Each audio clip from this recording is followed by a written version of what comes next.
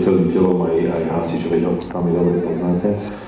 A je to výhoda, ak chcete niečo vybudovať a máte za sebou ľudí, ktorí podporujú túto myšlienku a chce sa s tým niečo urobiť. V roku 2006 sa začali v rôznych oblastiach meniť situácia. V prvom rade vznikol jeden fantastický projekt z regionálneho operačného programu, kde sa vláda rozhodla, že pomôže rekonštruovať hasičské stanice hasičského záchranného zboru na Slovensku. Nakoľko